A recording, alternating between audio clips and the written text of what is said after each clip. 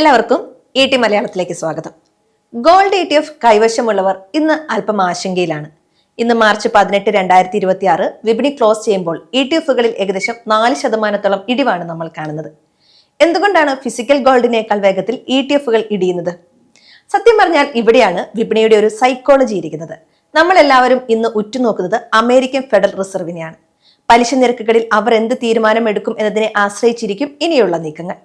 പലിശ നിരക്ക് കുറയാൻ സാധ്യതയില്ല എന്നൊരു സൂചന കിട്ടിയതോടെ വലിയ ഇൻവെസ്റ്റേഴ്സ് ETF-കളിൽ നിന്ന് പണം പിൻവലിക്കാൻ തുടങ്ങി. ഇതൊരു അതീവ നാടകീയ സാഹചര്യമാണ്. പക്ഷേ നമ്മളൊന്ന് ശാന്തമായിരുന്ന് ആലോചിക്കണം. വലിയൊരു തകർച്ചയൊന്നും ഇവിടെ സംഭവിച്ചിട്ടില്ല. വിലയിൽ വന്നത് വളരെ ചെറിയൊരു കുറവ് മാത്രമാണ്. എന്നിട്ടും എന്തിനാണ് വിപണി ഇത്ര വൈകാരികമാകുന്നത്? ഇന്നത്തെ സ്വർണ്ണവിലയും ഈ മാസത്തെ ട്രെൻഡും പരിശോധിച്ചാൽ ഇതിന്റെ കൃത്യമായ ചിത്രം നമുക്ക് കിട്ടും. നമുക്കൊന്ന് പുറകോട്ട് നോക്കാം. ഈ മാസം 1-ന്, അതായത് മാർച്ച് 1, 2026 ഒരു പവൻ സ്വർണത്തിന് 1,26,920 രൂപയായിരുന്നു. അതായിരുന്നു ഈ മാസത്തെ ഏറ്റവും ഉയർന്ന നിരക്ക്. അവിടെ നിന്നാണ് വെറും 2 ആഴ്ച കൊണ്ട് പവന് 11,000-ലധികം രൂപ കുറഞ്ഞ് ഇന്ന് നമ്മൾ കാണുന്ന ഈ വിലയിലേക്ക് എത്തിയത്. മാർച്ച് 18-ന് ഒരു പവൻ സ്വർണത്തിന് കേരളത്തിലെ വില 1,15,680 രൂപയാണ്. സംഗതി നിസ്സാരമല്ല. ഈ മാസം 16-ാം തീയതി വില 1,15,440 രൂപ വരെ താഴ്ന്നിരുന്നു. അതായിരുന്നു ഈ മാസത്തെ ഏറ്റവും കുറഞ്ഞ നിരക്ക്. അവിടെ നിന്ന് ചെറിയൊരു റീബൗണ്ട് മാത്രമാണ് നമ്മൾ ഇന്ന് കാണുന്നത്. അതായത് കഴിഞ്ഞ 18 ദിവസത്തിനിടയിൽ ഏകദേശം 8.8% ഇടിവ് സ്വർണ്ണവിലയിൽ ഉണ്ടായിട്ടുണ്ട്. വെള്ളിയുടെ കാര്യമാണ് അതിലും വിചിത്രം. ഇന്ന് 1 ഗ്രാം സാധാരണ വെള്ളിക്ക് 265 രൂപയാണ് വിപണി വില. സ്വർണത്തെ പോലെ തന്നെ വെള്ളി ETF-കളും ഇന്ന് വലിയ സമ്മർദ്ദത്തിലാണ്.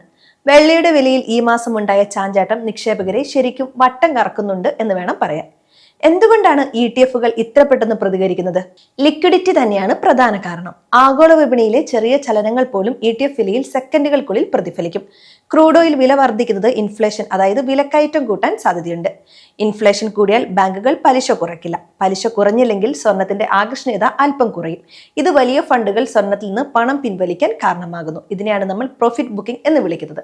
പക്ഷേ ഇതിലൊന്നും പരിഭ്രാന്തരാകേണ്ട കാര്യമല്ല. ഇതൊരു താൽക്കാലിക തിരുത്തൽ മാത്രമാകാനാണ് സാധ്യത. നിങ്ങളൊരു ETF നിക്ഷേപകനാണെങ്കിൽ ഇപ്പോൾ ശ്രദ്ധിക്കേണ്ട 3 കാര്യങ്ങളുണ്ട്. ഒന്നാമതായി, രാത്രി പുറത്തു വരുന്ന US ഫെഡ് മീറ്റിംഗ് റിസൾട്ട്. ഇത് അനുകൂലമാണെങ്കിൽ വിപണി പെട്ടെന്ന് തിരിച്ചു കയറും. രണ്ടാമതായി, വൊളാറ്റിലിറ്റി കൂടുമ്പോൾ പരിഭ്രാന്തരായി വിറ്റഴിക്കരുത്. മൂന്നാമതായി, രൂപയുടെ മൂല്യ തകർച്ച സ്വർണ്ണവിലയെ ഇന്ത്യയിൽ താങ്ങി നിർത്താൻ സാധ്യതയുണ്ടെന്ന കാര്യവും മറക്കരുത്.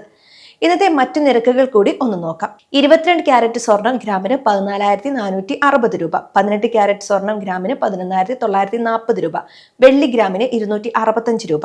വിപണിയിലെ ഇത്തരം ഓരോ നീക്കങ്ങളും നിങ്ങളുടെ വാച്ച് ലിസ്റ്റിൽ കൃത്യമായി രേഖപ്പെടുത്തുക. കൃത്യമായ പഠനത്തിന് ശേഷം മാത്രം നിക്ഷേപങ്ങളിൽ മാറ്റം വരുത്തുക. വിപണിയിലെ ഓരോ കയറ്റിറക്കങ്ങളും നിങ്ങളെ കൂടുതൽ മികച്ച നിക്ഷേപകനാക്കും. ഈ വീഡിയോ അറിവിലേക്കായി മാത്രമുള്ളതാണ്.